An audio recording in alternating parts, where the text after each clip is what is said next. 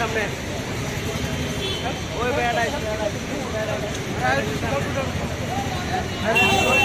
pricing মানে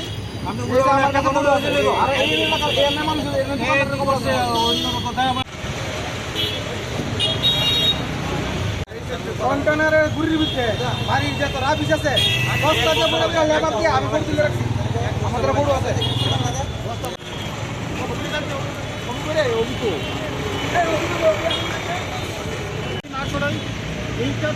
এতগুলি যে আমরা তুললাম অনেক সময় লাগবে করার নাই আমাদের সিস্টেম আমাদের